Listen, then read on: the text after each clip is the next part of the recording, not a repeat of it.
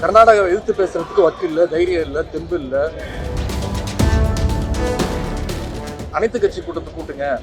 இது ஒரு தனிப்பட்ட கட்சியுடைய பிரச்சனை கிடையாது. இது ஒரு நம்ம மாநிலத்துடைய அனைத்து விவசாயிகளுடைய பிரச்சனை. நம்ம அனைவரும் ஒன்றாக சேர்ந்து போராடுவோம். நான் பேசாத ஒரு விஷயத்த கட் காப்பி பேஸ்ட் பண்ணி சில விஷயங்களை ஆட் பண்ணி சார்பாக நேற்று விவசாயிகளுக்கு ஆதரவாக ஒரு மிகப்பெரிய ஆர்ப்பாட்டத்தை நேற்று நடத்தி காட்டணும். தலைவருடைய உத்தரவுக்கு இணங்க நடத்தி காட்டணும். நானும் கலந்துக்கிட்டு அதில் பேசினேன். என்னோடு சேர்ந்து எங்களுடைய கூட்டணி கட்சி தலைவர்கள், விவசாய சங்க நிர்வாகிகள், விவசாயிகள், பொதுமக்கள் நிறைய பேர் அதை கலந்துக்கிட்டு சிறப்புரையாற்றினாங்க. நான் கிட்டத்தட்ட ஒரு 25 நிமிஷம் அதில் பேசினேன். முழுக்க முழுக்க இந்த ஆட்சி அமைஞ்ச பிறகு விவசாயிகளுக்கு என்னென்ன விதமான துரோகங்களை செஞ்சிருக்கிறாங்க,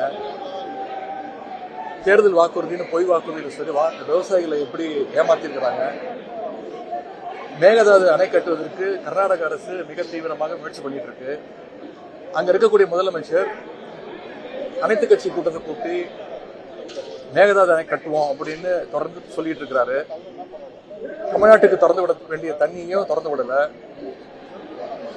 எங்களுடைய தலைவர் முதலமைச்சராக இருக்கும்போது ஒவ்வொரு மாசமும் ஜூன் மாசம் 12ஆம் தேதி மேட்டூர் அணையிலிருந்து தொடர்ச்சியா இன்னும் சொல்ல போனா சில ஆண்டு ஜூன் 12க்கு முன்னாடியே எங்களுடைய தலைவர் விவசாயிகளுக்காக தண்ணியை திறந்து விட்டு இருக்கிறாங்க. ஆனா 5 வருடங்களுக்கு பிறகு இந்த வருஷம் ஜூன் மாசம் போய் ஜூலை மாசம் போய் இப்போ ஆகஸ்ட் மாசம் வந்துச்சு. இது வரைக்கும் தொடங்கல. அதற்கான வக்கில்லை. இந்த அரசுக்கு தண்ணியை கேட்டு பெறுவதற்கும் வக்கில்லை. கர்நாடகாவை எதிர்த்து பேசுறதுக்கு வக்கில்லை, தைரியம் இல்லை, தெம்பு இல்லை. எனவே இந்த முதலமைச்சர் இதுக்கெல்லாம் பதில் சொல்ல வேண்டும். சட்டசபையில் பேசும்போது சொன்னேன், அனைத்து கட்சி கூட்டத்தை கூட்டுங்க. இது ஒரு தனிப்பட்ட கட்சியுடைய பிரச்சனை கிடையாது. இது ஒரு நம்ம மாநிலத்துடைய அனைத்து விவசாயிகளுடைய பிரச்சனை. நம்ம அனைவரும் ஒன்றாக சேர்ந்து போராடுவோம், நம்ம ஒத்துமையை காட்டுவோம்னு தொடர்ந்து நான் சொன்னேன். அதற்கும் பதில் சொல்லல.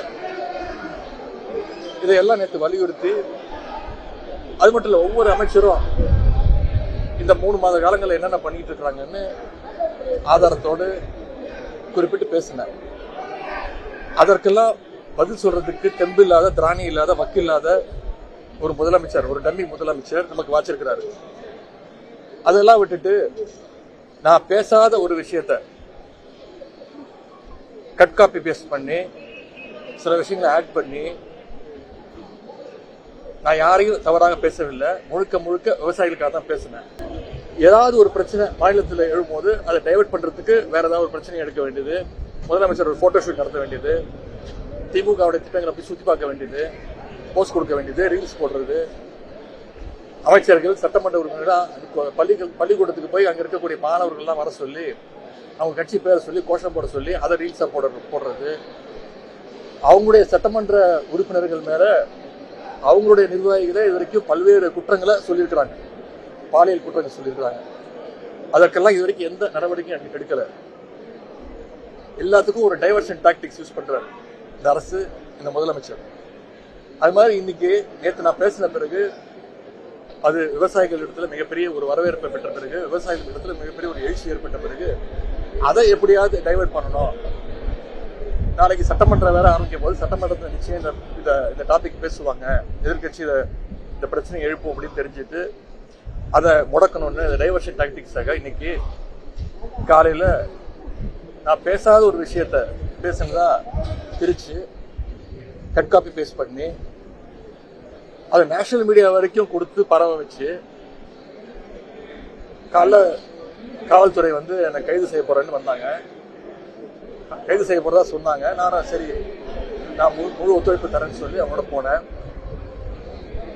கைது செய்யப்படும் போது நான் பத்திரிகையாளர் கேட்கும்போது சொன்னேன், இதை எப்படி பாக்குறீங்க இந்த கைது அப்படின்னு. நான் சொன்னேன், ரொம்ப நகைச்சுவா பாக்குறேன், ஒரு காமெடியா பாக்குறேன்.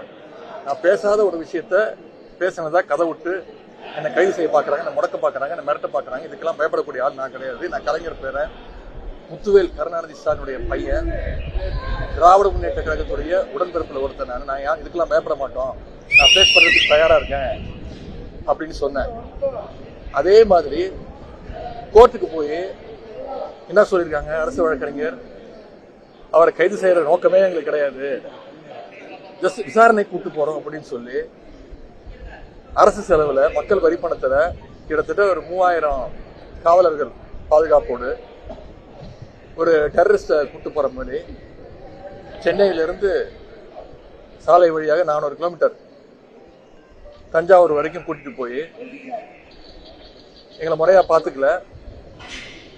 தஞ்சாவூர் கூட்டிட்டு போனோம், ஆனா தஞ்சாவூர் கூட்டிட்டு போகாம நடுவில் செங்கிப்பட்டின்ற ஒரு காவல் நிலையத்தில் இறக்கி அங்க விசாரணைன்ற பேர்ல பல கேள்விகளை கேட்டு இன்னைக்கு அமுச்சு வச்சிருக்கிறாங்க.